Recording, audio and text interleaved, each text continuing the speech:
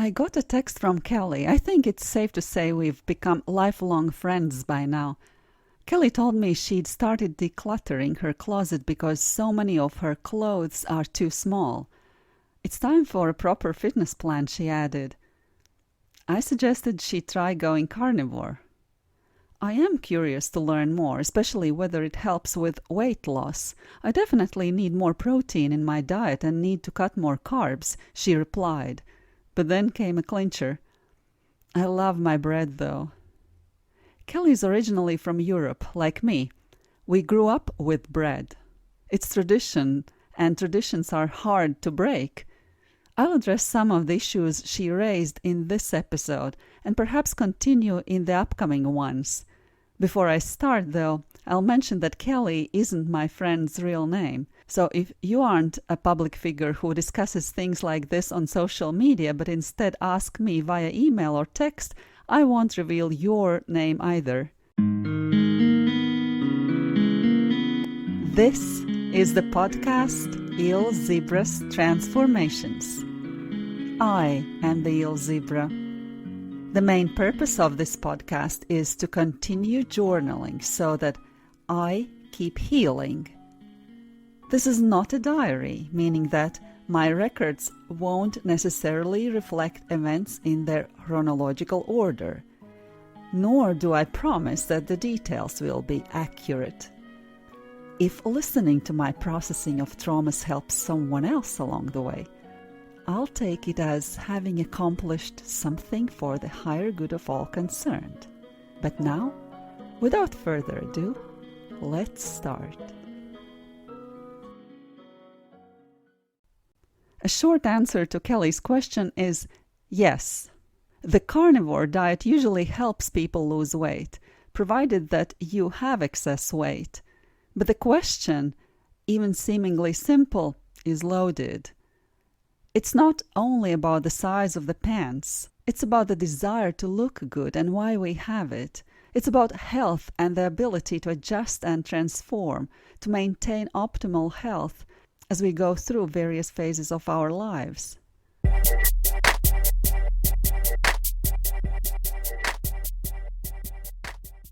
Dr. D. Nice, or Denise Hunter, is an adolescent wellness specialist.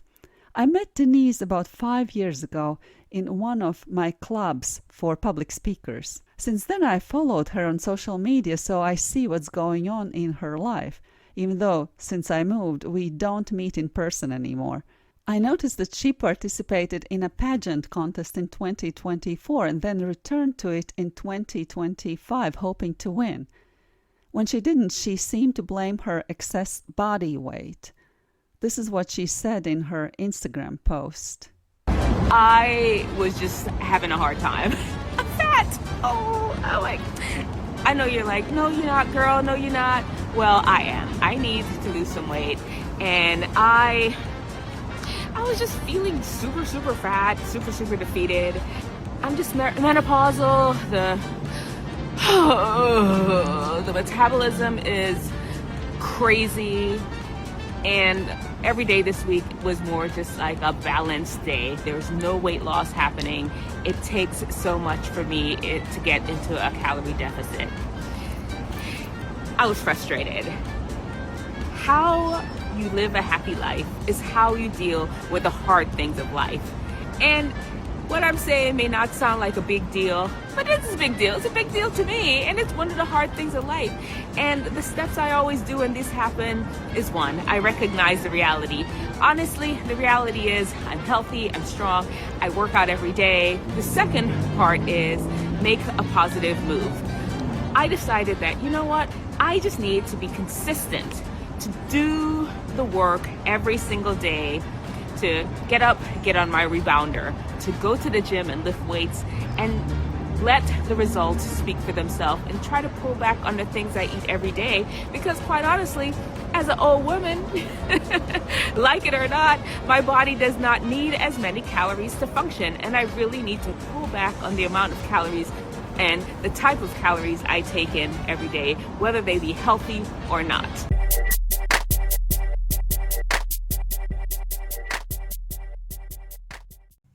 My message to the lovely and lively Dr. D. Nice is, it's not about you. It's about the sponsors the contest organizers were able to get and what kind of person the sponsors need for their promotional campaigns.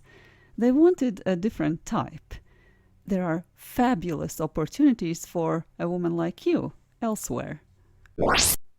Mariah is a friend since childhood, when we played together in the yard of our apartment building, and she jokingly made me swear that we'd get married at the same time. The one who decides to have a baby will call the other, so the other would know to go for it too. Then we would push strollers together in a park. Mariah never got married and never had any children. You already know my story if you've listened to my podcast. I pushed the strollers alone. Mariah works as a dental assistant, and on lonely nights after the long and exhausting day, she sometimes confides in me that she wants a friend, a partner, a man. About a year ago, Mariah discovered she had become diabetic, and she blames her weight for having trouble finding a man of her dreams. As a health freak, I try to get her to shift her mindset and focus on her health first, believing that when she sticks to a low-carb diet and reverses diabetes, she'll look and feel better, and that's when the right man will show up. She promises to try, but it never lasts.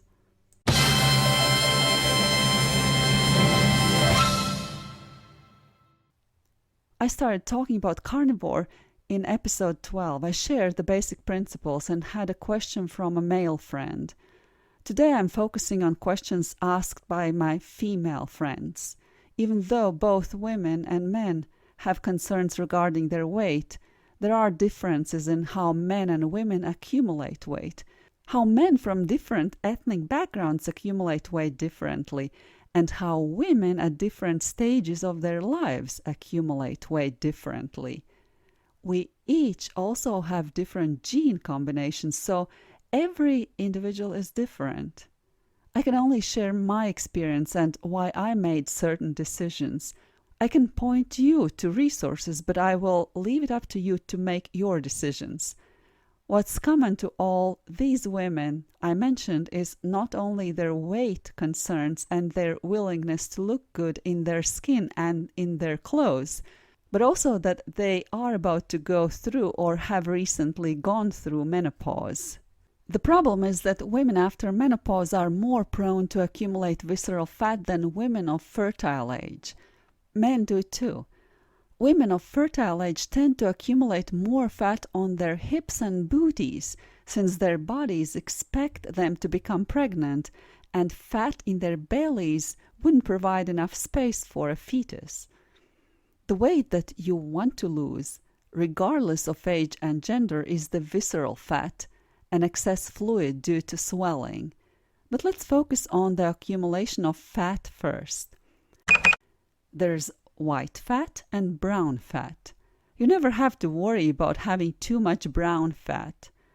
Adults have very little of it and it never makes you look fat. When we talk about white fat, we typically distinguish between visceral and subcutaneous fat. Visceral fat is that in your abdomen around the organs. Subcutaneous fat is located under your skin, on your hips, buttocks, or elsewhere around your body. There's a significant difference in how these two types of fat layers, so to speak, grow in size. Subcutaneous fat cells would multiply in number more in comparison with visceral fat, where cells tend to grow in size, not number, which eventually distorts the fat cells when they become too big. When distorted, they can start causing all kinds of damage. Plus, the visceral fat layer squeezes the internal organs and may damage their cells as well. In my previous episode, I talked about how distorted and asphyxiated cells can shift to creating energy from fermentation, which can cause uncontrolled division of cells, commonly known as cancer. Subcutaneous fat cells usually are not damaged, but remain healthy and happy cells. That's why we typically don't see cancers under fat layers on upper arms or butts. There has been a study that proved that alcohol and sucrose increase visceral fat, while glucose is stored more in subcutaneous fat cells. I like how Dr. Ben Bikman, metabolic scientist and professor at Birmingham Young University, explains the mechanisms. If you're interested, I encourage you to look him up, listen to him speak, and perhaps buy his book, Why We Get Sick. He emphasizes the role of insulin in the accumulation of fat. A brief summary of what I've learned from him is that insulin is a hormone produced by the pancreas that regulates blood sugar levels. When the blood sugar levels go up, the pancreas senses it and produces insulin. One of insulin's tasks is to lower those levels by bringing glucose to the cells for storage. Insulin is like the body's storage manager, but not only. It's also a growth hormone. Dr. Bikman puts it this way: insulin is the signal that promotes the growth of fat cells. No matter how many calories a person is eating, it is totally impossible for a fat cell grow unless insulin is elevated. Australian Dr. Paul Mason, who is known for his advocacy of low-carbohydrate diets and his criticisms of conventional dietary guidelines, generally agrees with this explanation. However, Dr. Mason adds that this is just a part of the story. He argues that the problem of insulin resistance happens when people consume too much sugar and too much seed oil. He explains that inside the body, insulin connects to a specific structure on our cells called an insulin receptor. The insulin receptor sits in a small area on the cell's surface known as lipid raft, which is made up of fats and requires high amount of cholesterol to stay stable and function properly. The issue starts when we consume too much sugar. The liver converts some of that sugar into fat, and one of the byproducts, called ceramides, can damage the lipid raft. Seed oils also interfere with the system. They contain a plant-based form of cholesterol that can be absorbed by the body, but it doesn't support the lipid raft in the same way. In fact, it clogs the structure like a chewing gum. At that point, the insulin receptor is no longer functioning properly, and even though insulin is present, it can't activate the receptor effectively, so the cell doesn't respond the way it should. This is what we call insulin resistance. What makes this more complicated is that not all cells are affected in the same way. Muscle and liver cells become less responsive to insulin, but fat cells can still respond. This means that instead of using the energy efficiently, the body keeps storing it as fat, even when the muscles and liver aren't getting enough fuel to function well. Both experts agree that that's what ketosis can help with. When insulin stays low for a while, like during fasting or eating high fat and very few or no carbs, your body starts using ketones for fuel. Ketones are like a clean burning backup fuel, and they do more than just give you energy. They help reduce inflammation, boost metabolism, and even help your body clean itself out. Ketones leave your body not only in your excretions and urine, but also your breath. So no, it's not just about eating less. It's about managing insulin levels so your body can stop holding on and start letting go. Now let's talk a little about other hormones and their role in weight gain or loss. I'll mention the most well-known, such as the stress hormone cortisol and sex hormones testosterone, estrogen, and progesterone. I think that most people know that high cortisol is linked with high insulin, and we already talked about insulin resistance. High cortisol is also linked with lower sex hormone levels. I also think you'll agree that when we hear testosterone, we visualize men, and when we hear estrogen, we visualize women. Yet men have estrogen too, and likewise, women have testosterone. Lower than normal estrogen in men can lead to decreased libido, erectile dysfunction, increased belly fat, and bone loss. As regards progesterone levels in men, even though most don't need to worry about it, low levels of this hormone in men can lead to fatigue, low libido, and mood disorders. Testosterone therapy in men can in some cases lead to lower progesterone levels. It can increase estrogen levels though. Lower than optimal testosterone level in women can cause decreased libido, fatigue, muscle weakness, and mood changes. As regards estrogen, in premenopausal women, the ovaries are the primary source of estrogen, but fat tissue also contributes to its production. After menopause, fat becomes the main source of the hormone. Yet menopausal and postmenopausal women, especially with little body fat, can still suffer from the consequences of low estrogen levels, many of which can potentially increase the risk of long-term health complications. Carnivore expert Dr. Elizabeth Bryth is an American osteopath and naturopath living in Italy.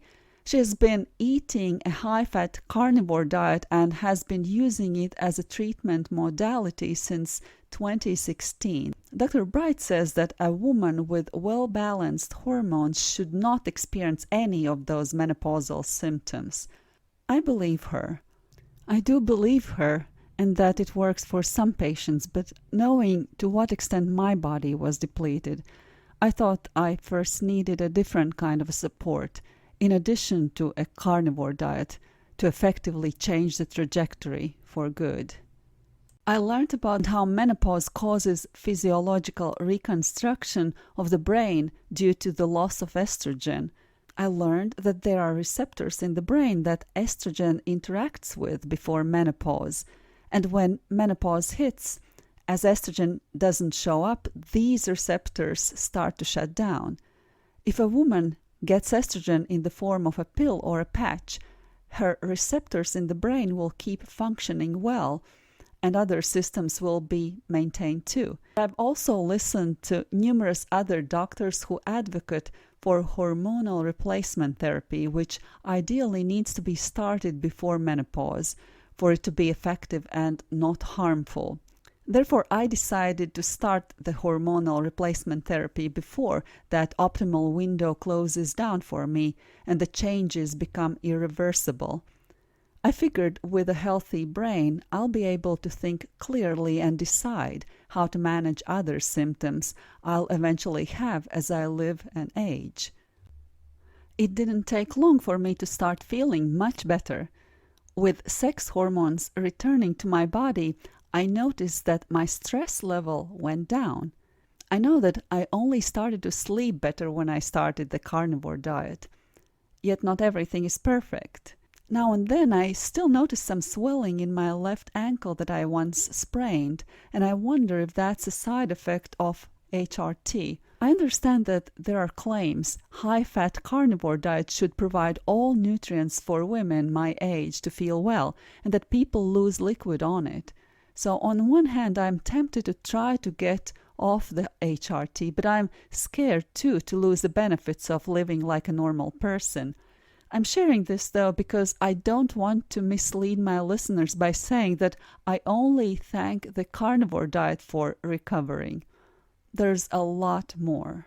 If you decide to go carnivore, which I do suggest, you'll need to increase your fat intake. It may sound counterintuitive because we're used to thinking fat makes us fat, but if you listen to my 2 previous episodes, you'll remember that we make energy from glucose or fat. Protein is more for building and repairing. What's important for you to know is that on the carnivore diet, you don't need to starve and count calories. In fact, you might need to eat more than you want, and you won't want to eat more than a couple of times a day because Meat is full of bioavailable nutrients that your body needs, so it won't send you starvation signals. Moreover, you don't need to run for 30 minutes on a treadmill to lose weight.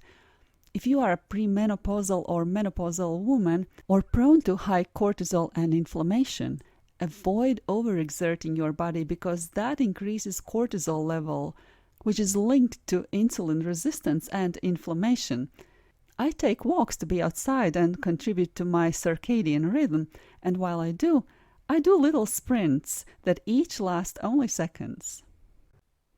I'll end here and leave it to the upcoming episodes to talk about the suggested fat to protein proportions, if you need any supplements, how I started, how I eat now, and reply to other questions I've received. You've been listening to the podcast of LZB. If you like what you hear, please subscribe and share it to show me your support and help me grow. If you want to learn more about me, my causes, my products, and my services, please visit my website ilzebe.com. That's ILZEBE.com.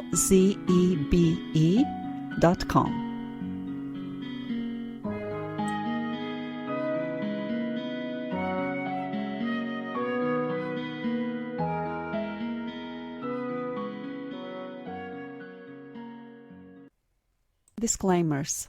In this podcast, I talk about mental and physical health and what has helped me to heal. Nothing that I say should be regarded as medical advice.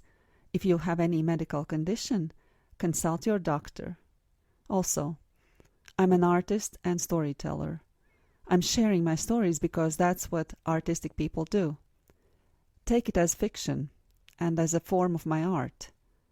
Even though I may sound as if I'm recalling events from my past, I don't confirm they actually happened. And if they did, I'm not blaming or accusing anyone, nor should you. I take all my life lessons with gratitude, trusting that they are given to me to expand my soul.